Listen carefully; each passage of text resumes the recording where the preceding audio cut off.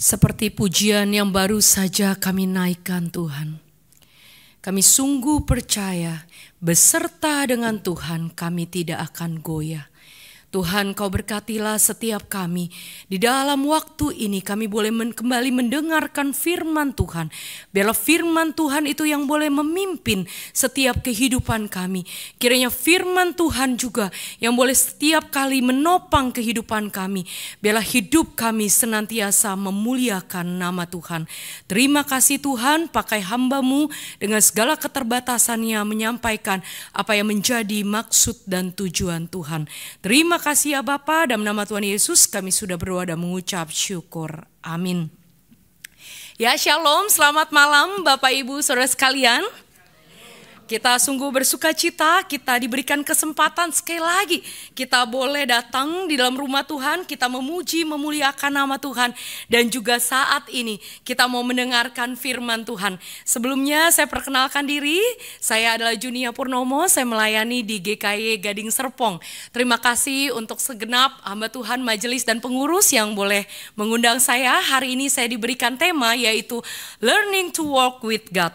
Mari bersama-sama kita membuka di dalam Kejadian 5 ayat 21 hingga ayatnya yang ke-24. Kejadian 5 ayat 21 hingga ayatnya yang ke-24.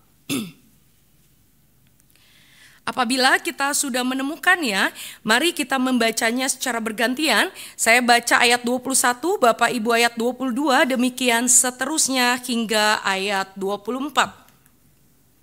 Setelah Henok hidup 65 tahun, ia memperanakan Metusalah.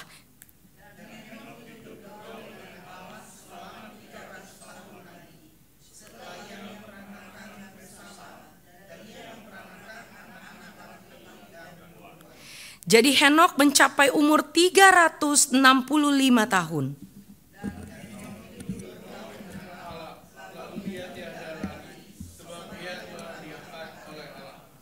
Demikianlah sejauh pembacaan firman Tuhan.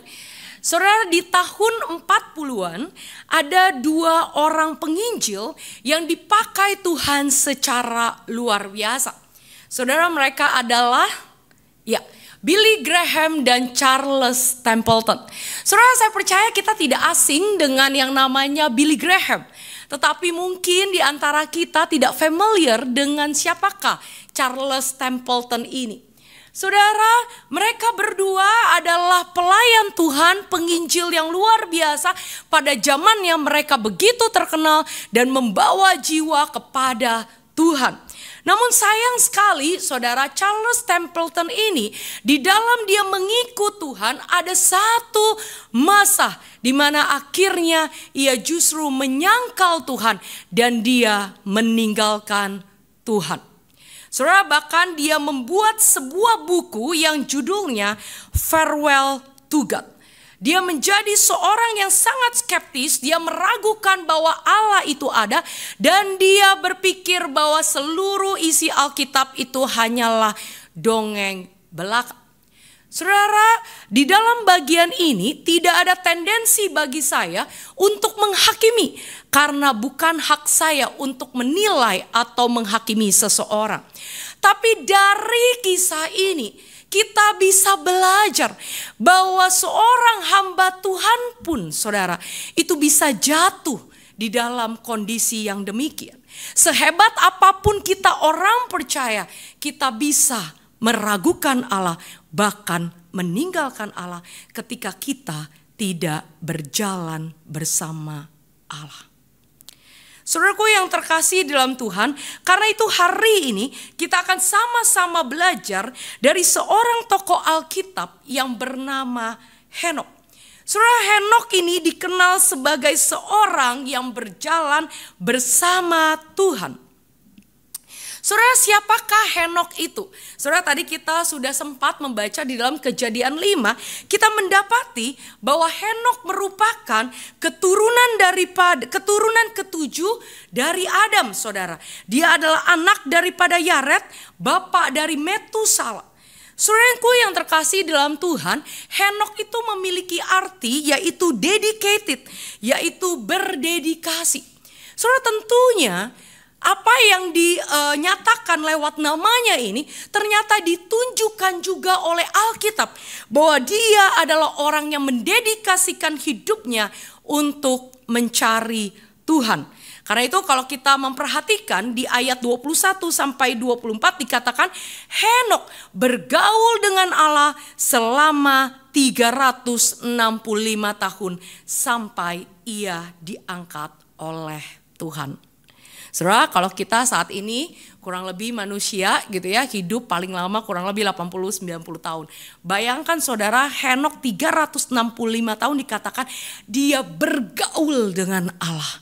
Jadi bukan short term saudara ya, tetapi dengan waktu yang panjang dia terus berelasi, bergaul dengan Allah.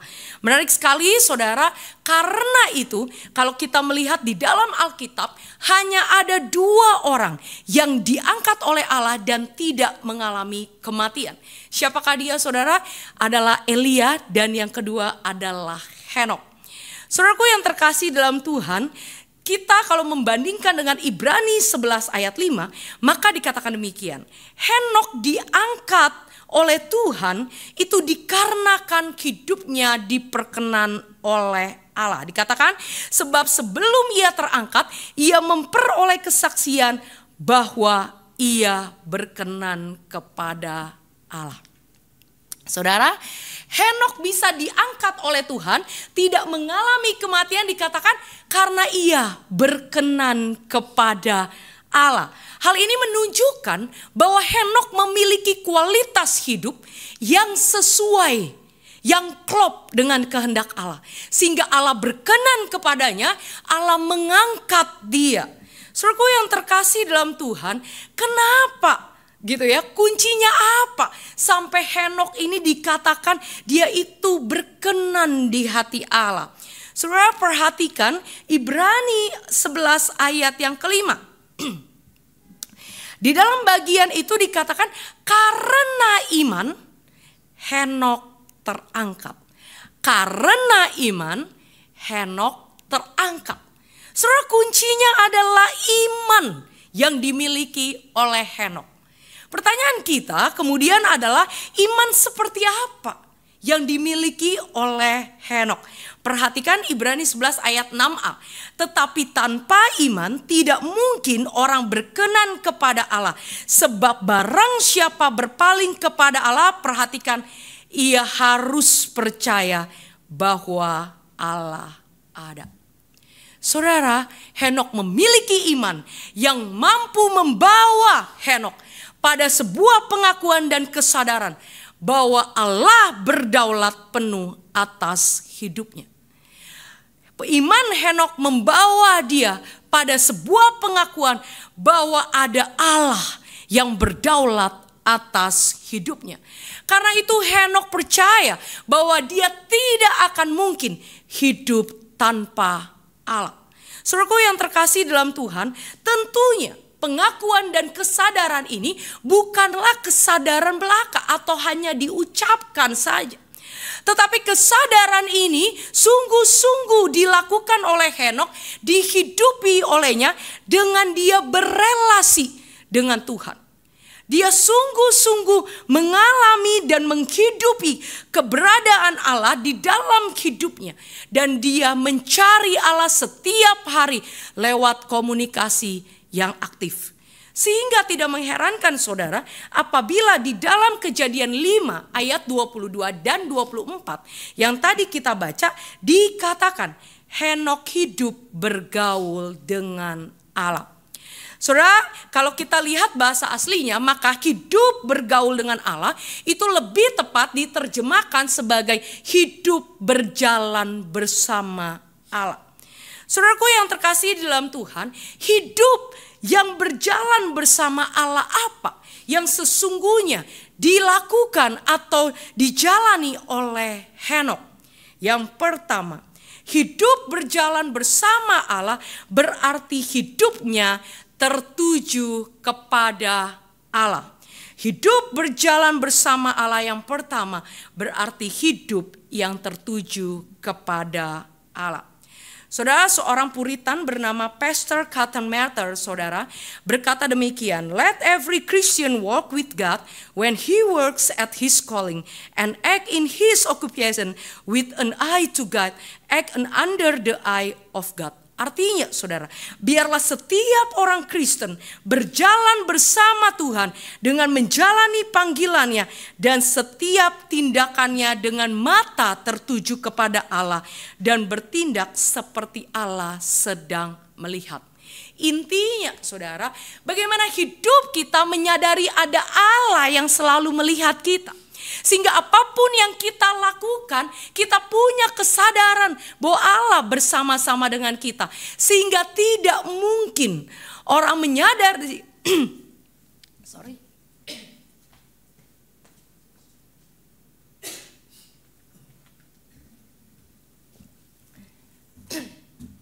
maaf ya, karena beberapa waktu saya kena pita suara gitu ya, jadi ini belum pulih secara total. Jadi saudaraku yang terkasih, ketika kita berbicara mengenai bagaimana Allah yang selalu melihat kehidupan kita dan kita sadar bahwa Allah bersama-sama dengan kita, seharusnya itu menjaga hidup kita untuk tetap di jalan Tuhan. Sebenarnya mudahnya seperti itu. Ketika hidup kita berjalan bersama-sama Tuhan dan sadar Tuhan melihat apa yang kita lakukan, apa yang kita kerjakan, maka tidak mungkin kita akan berbuat dosa di hadapannya. Sehingga mata kita pasti akan tertuju kepadanya. Dan itulah sesungguhnya yang dilakukan oleh Henokh. Karena itu saudara, kalau kita perhatikan konteks daripada kehidupan Henokh pada zaman itu bukanlah kehidupan yang mudah. Kenapa saya katakan bukan yang mudah? Karena orang-orang di sekeliling Henokh, saudara, mereka adalah orang-orang yang jauh daripada Tuhan. Kalau kita bandingkan di dalam Yudas 1 ayat 16 dikatakan, mereka itu orang-orang yang menggerutu dan mengeluh tentang nasibnya, mengikuti hawa nafsunya, tetapi mulut mereka mengeluarkan perkataan-perkataan yang bukan-bukan. Mereka menjilat orang untuk mendapatkan keuntungan. Dengan kata lain, orang-orang di sekeliling Henokh itu bukanlah orang yang takut akan Tuhan. Mereka hidup sesukanya, mereka hidup mengikuti hawa nafsu, mereka hidup dengan keberdosaannya dan mereka bermain-main di dalam dosa. Bayangkan saudara, Henokh bisa tetap tertuju kepada Allah di dalam kondisi yang demikian. Dia tidak mengkompromikan orang-orang di sekeliling dia berbuat seperti itu, tapi dia bisa tidak terpengaruh. Kita melihat karena dia berjalan bersama Tuhan. Karena itu berjalan bersama Tuhan seharusnya memampukan kita untuk terus tertuju kepada Allah. Saudaraku yang terkasih dalam Tuhan, kehadiran Allah begitu nyata bagi Henokh sehingga dia tidak mau berbuat dosa di hadapan Tuhan. Sehingga dikatakan bahwa dia berkenan kepada Tuhan. Saudara, bagaimana mungkin seorang itu bisa berbuat dosa ketika dia di hadapan Tuhan? Seperti Mazmur 139 ayat 26 ayat 139 ayat 2 sampai 6 berkata demikian. Engkau mengetahui kalau aku duduk dan berdiri. Engkau mengerti pikiranku dari jauh. Engkau memeriksa aku kalau aku berjalan dan berbaling. Segala jalanku kau maklumi. Sebab sebelum lidahku mengeluarkan perkataan, sesungguhnya semuanya telah kau ketahui, ya Tuhan. Dari belakang dan dari depan engkau mengurung aku. Engkau menaruh tanganmu ke atas aku. Terlalu ajaib bagiku. Pengetahuan itu terlalu tinggi. Saudara, ini menunjukkan bagaimana kehidupan orang percaya di dalam Tuhan. Tuhan itu selalu melihat kita. Tak ada satupun yang luput daripada Tuhan. Namun seringkali kita tidak mengingat Tuhan. Seringkali bahkan kita mengabaikan keberadaan Allah. Berbeda sekali dengan Henokh. Dia sadar Allah bersama-sama dengan dia karena dia selalu berjalan bersama Tuhan. Karena itu kalau kita melihat kemana rohku bisa menjauh daripadamu. Saudara, seharusnya itu juga yang kita miliki sebagai orang-orang yang dikasihi Tuhan. Orang-orang yang telah mengalami anugerah Tuhan. Kita menyadari kita gak bisa jauh-jauh dari Tuhan. Pertanyaannya, bagaimana kondisi kita hari ini? Adakah kita punya relasi yang dekat dengan Tuhan? Apakah kita berjalan dengan Tuhan setiap hari? Ataukah justru kita sedang lari dari Tuhan? Saudaraku yang terkasih di dalam Tuhan, Henokh tidak hanya sadar bahwa Allah bersama-sama dengan dia. Karena itu dia harus menjaga kekudusan hidup. Tetapi menarik sekali, kalau kita bandingkan di dalam Yudas 1 ayat 14-15. Di situ Henokh pun mengingatkan orang-orang di sekelilingnya bahwa Allah itu ada. Perhatikan saudara, Yudas 1 ayat 14-15. Juga tentang mereka, Henokh keturunan ketujuh dari Adam telah bernubuat katanya, sesungguhnya Tuhan datang dengan beribu-ribu orang kudusnya, hendak menghakimi semua orang dan menjatuhkan hukuman atas orang-orang fasik karena semua perbuatan fasik yang mereka lakukan dan karena semua kata nista yang diucapkan orang-orang berdosa terhadap Tuhan. Artinya saudara, dia tidak hanya hidup berintegritas di hadapan Allah, tetapi dia pun menyuarakan suara pertobatan bagi orang-orang di sekelilingnya untuk ingat akan hadirnya Allah. Dan mari kita berjalan bersama-sama dengan Allah, karena kita sadar kita tidak bisa jauh dari Tuhan. Dan seharusnya inilah juga yang kita miliki, bahwa kita tidak bisa jauh dari Tuhan. Saudaraku terkasih yang dalam Tuhan, kita sering kali jauh daripada Tuhan karena kita mudah sekali pikiran kita, fokus kita tergeser. Kita jauh lebih fokus kepada hal-hal dunia ini. Kita jauh lebih fokus kepada hal-hal yang memberikan kenikmatan, kesenangan sementara. Tapi kita lupa bahwa yang kekal hanya ada di dalam Tuhan. Kita mudah sekali menyandarkan hidup kita kepada hal-hal yang bersifat materi. Tapi kita lupa bahwa kita hanya bisa bergantung kepada Dia. Karena kalau kita menyadari hanya di dalam Tuhan saja, kita tenang dan kita aman. Maka seharusnya secara otomatis kita mau terus-menerus berjalan di dalam Tuhan. Saudaraku yang terkasih dalam Tuhan, ketika saya mempersiapkan bagian ini, saya jadi teringat kata supermarket. Saudara mungkin mulai berpikir ya, jauh amat berjalan sama Tuhan sama supermarket gitu ya. Tapi menarik sekali saudara, kalau saya mau tanya sama khususnya kaum ibu gitu yang biasa belanja, biasanya ibu-ibu ya, atau ai-ai di tempat ini, saya yakin kita sering belanja ke supermarket. Siapa di sini yang kalau belanja tuh ini nulis gitu ya, daftar belanjaan? Ada? Wih, ada ya. Yang lain kayaknya mirip-mirip saya gitu ya. Ya, saya tipe orang yang males banget kalau harus ngelis daftar belanjaan gitu ya. Saya pikir ribet lah nulis-nulis, kadang-kadang juga gak kepake tuh daftarnya gitu ya. Saudara, setiap kali saya belanja karena saya males untuk mencatat, saya punya suami itu Pak Stanley gitu ya, kami sama-sama melayani di GKI Gading Serpong. Setiap saya turun nih, baru turun dari mobil ke depan supermarket, dia udah bilang gini, ingat fokus. Ya, dia selalu bilang ingat fokus, jangan lama-lama, apa yang mau dibeli itu yang dibeli. Saudara, kalau dia lihat gitu ya, saya udah 15 menit gak keluar-keluar, dia pasti turun gitu ya. Pas dia lihat belanjaan saya, dia tanya, yang tadi kamu mau beli mana? Gitu ya, alias yang mau dibeli jadinya gak jadi dibeli saudara ya. Kenapa? Karena saya mudah sekali teralihkan. Apalagi ketika ada promo-promo, saya gak tahu ya ibu-ibu di tempat ini apakah teralihkan. Kalau saya mudah sekali teralihkan saudara ya. Saudara, demikian juga dalam kehidupan kita, kita tuh mudah sekali gitu ya teralihkan gitu ya. Kalau ada hal-hal yang jauh menggiurkan, hal-hal yang jauh menggoda, lebih kayaknya ini jauh lebih menarik daripada Tuhan gitu ya. Kita lebih mudah gitu loh untuk langsung berpaling daripada Tuhan. Tetapi hari ini tuh kita diingatkan saudara, kita mari kita berjalan sama Tuhan. Kenapa? Karena tadi kita tuh manusia tuh lemah banget gitu ya, mudah tergeser. hati kita mudah tergeser, fokus kita mudah tergeser. Jadi kalau kita nggak jalan sama Tuhan, pastilah kita akan tersesat. Saudara, hari ini kita diingatkan kembali firman Tuhan. Mari arahkan fokus kita kembali agar mata kita terus tertuju kepada Tuhan. Dengan cara apa? Kita yuk sama-sama berjalan bersama Tuhan. Yang kedua, hidup berjalan bersama Allah itu berarti,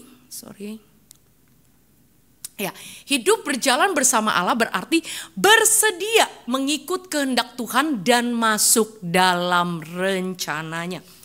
Saudara, saya percaya hidup berjalan bersama Tuhan bukan berarti otomatis kita gak ada pergumulan. Bukan. Saudara, bahkan saya sering banget bertemu dengan jemaat-jemaat yang mereka begitu mengasihi Tuhan. Mereka begitu setia mengikut Tuhan berpuluh-puluh tahun. Tapi justru mereka lah yang mengalami pergumulan yang begitu luar biasa, bertubi-tubi.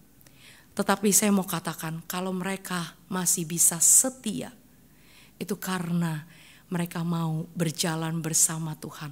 Mereka belajar, percaya, dan berharap pada janji Tuhan.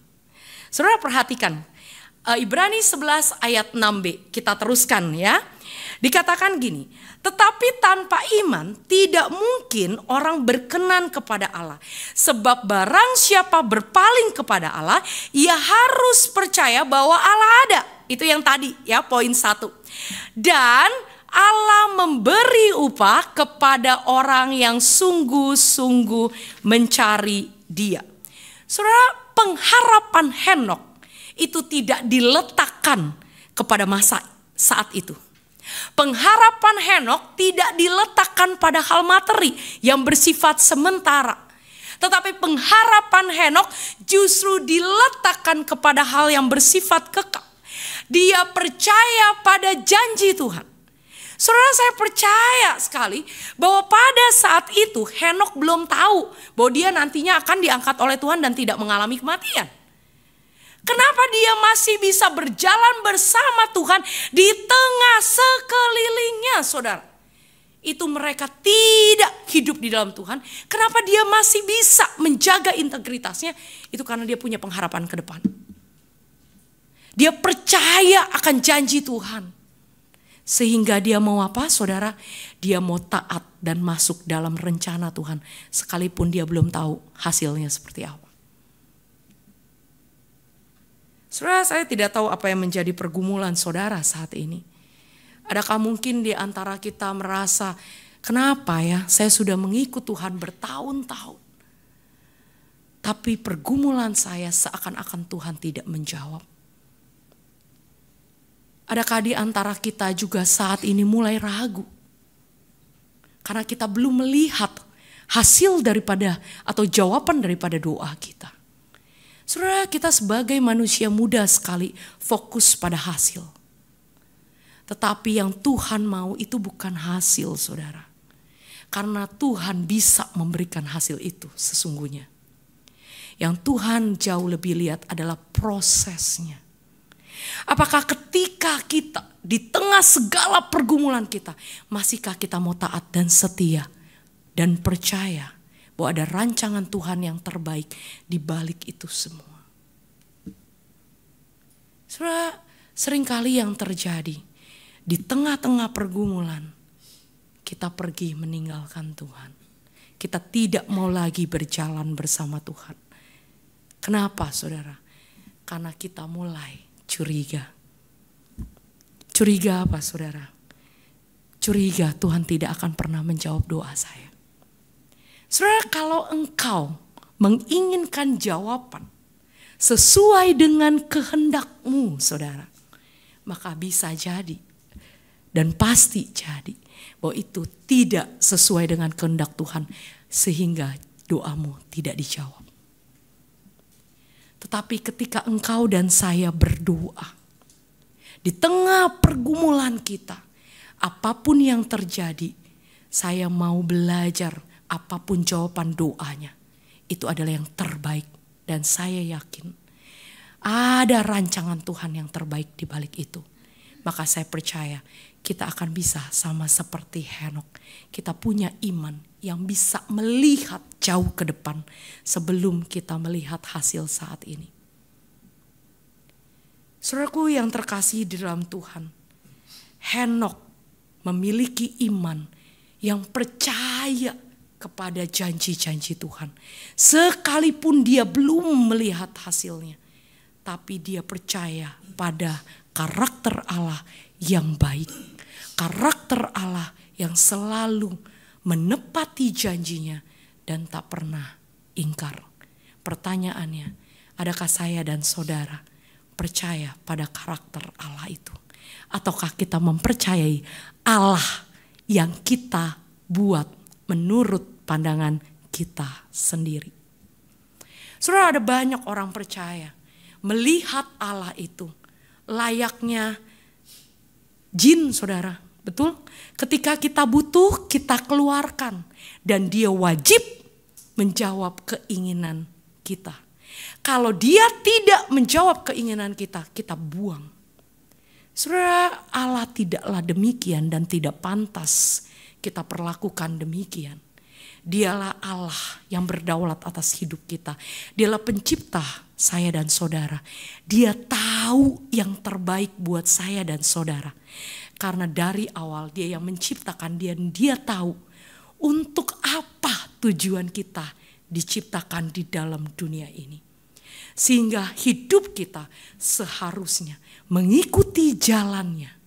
Jalan yang sudah Tuhan siapkan untuk kemuliaan bagi nama Tuhan. Bukan hanya untuk memuaskan keinginan kita semata. Saudara, sebelum saya menutup menutup khotbah saya pada malam hari ini, saudara, saya teringat kisah seorang wanita yang begitu mengasihi Tuhan.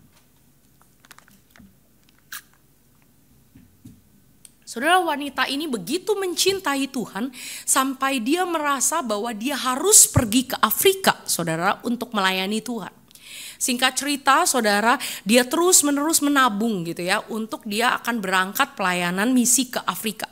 Saudara, saya percaya keinginan hatinya itu begitu baik, bukan?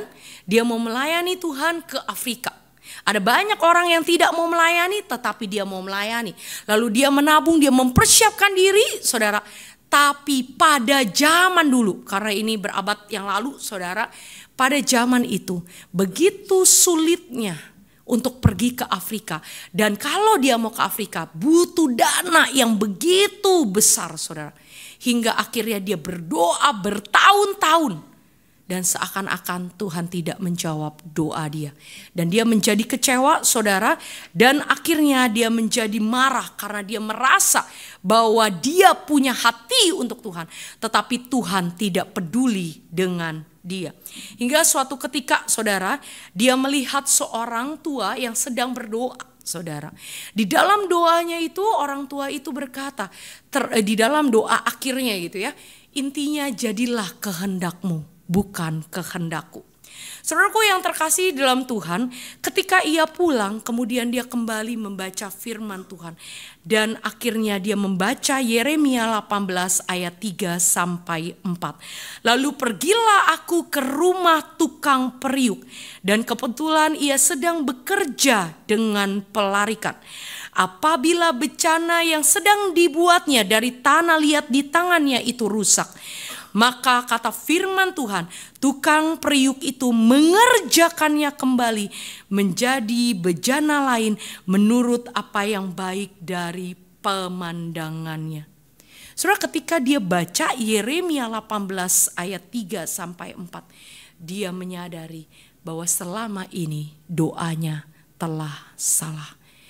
Dia punya hati betul untuk Tuhan, tetapi sesungguhnya dia memaksakan apa yang menjadi agendanya.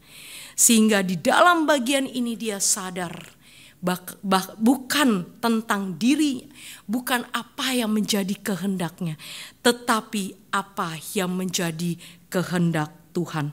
Sehingga saudara, dia membuat sebuah lagu yang berjudul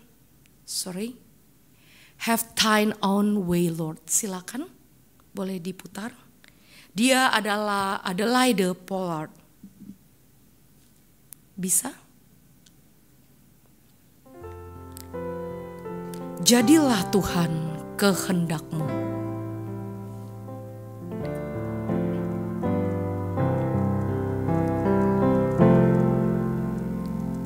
Have thine own way, Lord.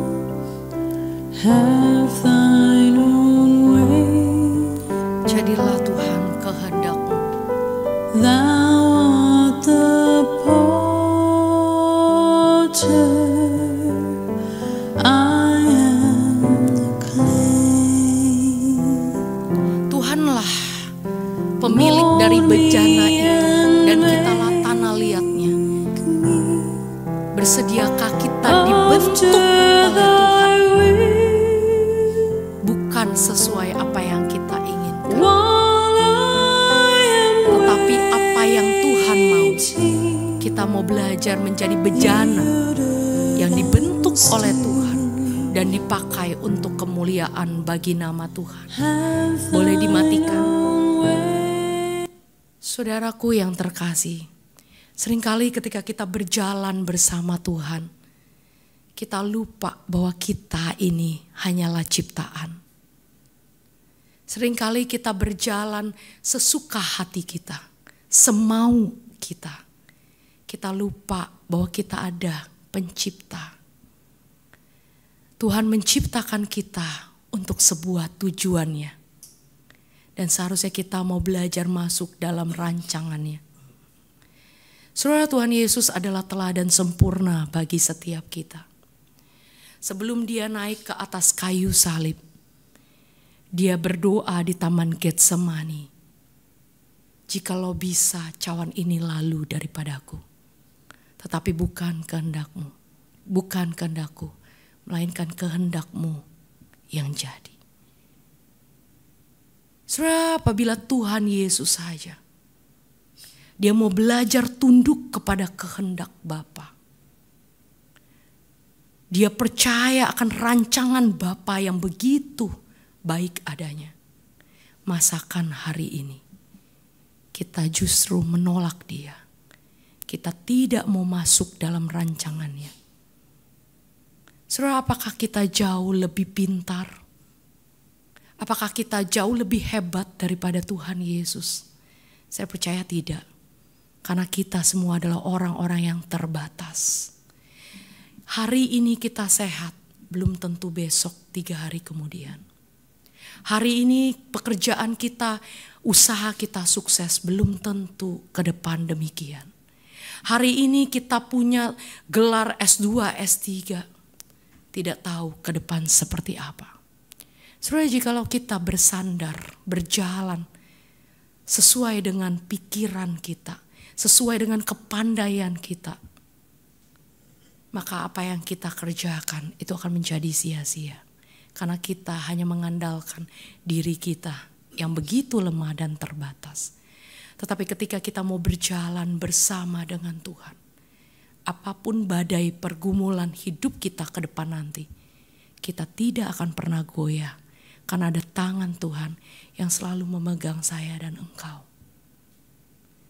Saudara, mungkin ada kalanya ketika kita berjalan bersama dengan Tuhan, kita awalnya bergandengan tangan dengan Tuhan.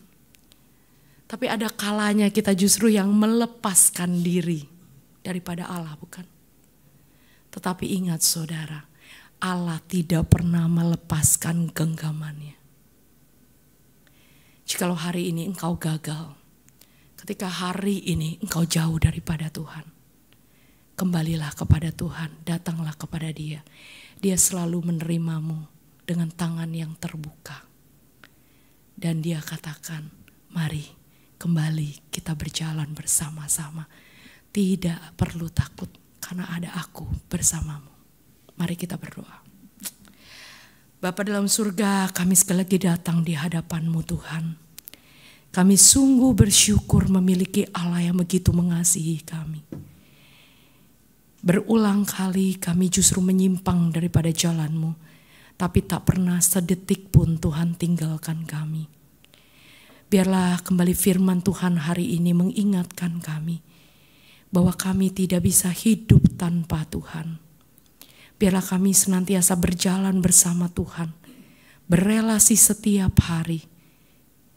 Biarlah kami boleh masuk dalam rancangan Tuhan dan belajar taat dan percaya bahwa ada rancangan Tuhan yang terbaik buat setiap kami.